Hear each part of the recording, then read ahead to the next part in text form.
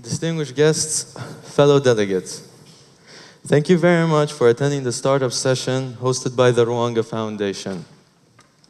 I would like to thank One Young World for granting us the opportunity to organize this session. I would also like to express my direct gratitude to Doug Richard for partnering with Rwanga to bring this important startup competition to fruition. In Kurdistan, our people and government have worked to open the doors of economic freedom to individuals and corporations so that the best ideas can be realized and benefit society as a whole. Our economy has grown in leaps and bounds. There are many reasons for this. Chief among them, the individual freedom to create something new and pursue innovative ideas. Startups symbolize this spirit of innovation and creativity. This is particularly important in the Middle East, especially for youth.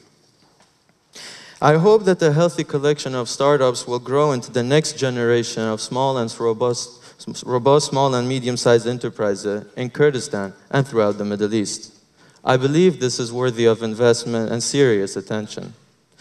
Rwanga is therefore proud to promote startup initiatives here at One Young World and at home.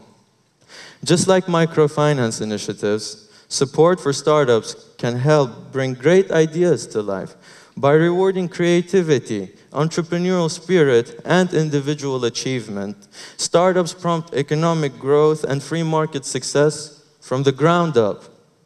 On behalf of Rwanga, we are pleased to do our part in promoting this concept. I would like to wish each of the finalists good luck. Ladies and gentlemen, on a more serious note, it is my obligation to draw attention to the urgent humanitarian crisis in Kurdistan today. As you all surely know, both Iraq and Syria are embroiled in a difficult war against barbaric terrorists. This has affected the Kurdistan region of Iraq, fellow Kurds in Syria, and our neighboring communities, including vulnerable ethnic and religious minorities. Kurdistan's Peshmerga forces are working alongside coalition partners to defeat the terrorists and reclaim areas inhabited by our Christian and Yazidi neighbors.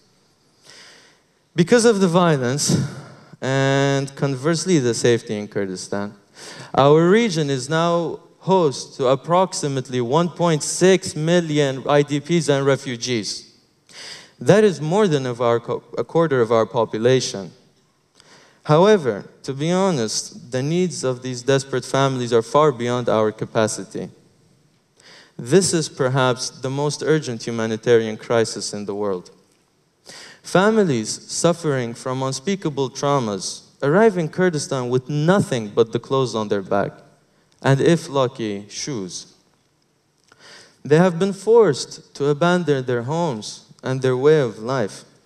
We cannot build refugee camps fast enough to house the enormous number of civilians coming in.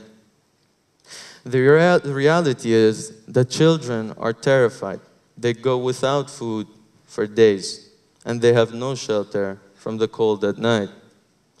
Many have seen their mothers, fathers, brothers, sisters, sons, and daughters killed before their eyes. The news may show you the images, but cannot convey the despair, fear, and horror. In particular, the violence perpetrated against women in this conflict is something that the world absolutely cannot accept. It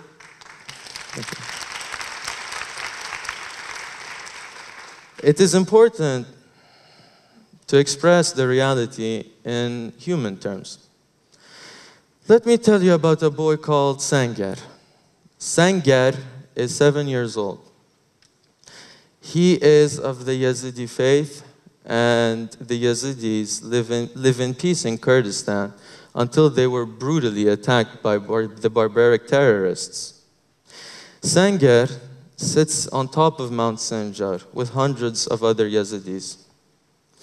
He has a bandage wrapped around his head and a patch over an eye.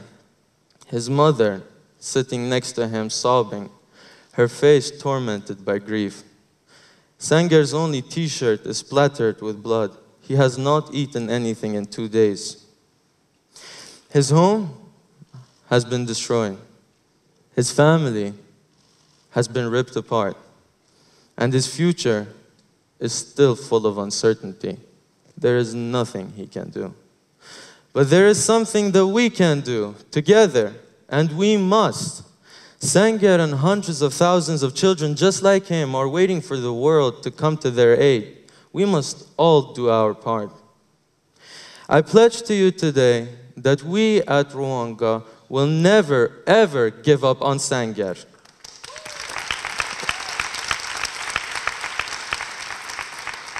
We need each and every one of you to do everything in your power to help. Ladies and gentlemen, we cannot leave behind a legacy of negligence, indifference, and guilt. In this time of immense difficulty, our spirit, our determination, and our humanity must lead us forward as we work to restore security and hope to those who suffer most, like Sanger. Thank you, Zorspas.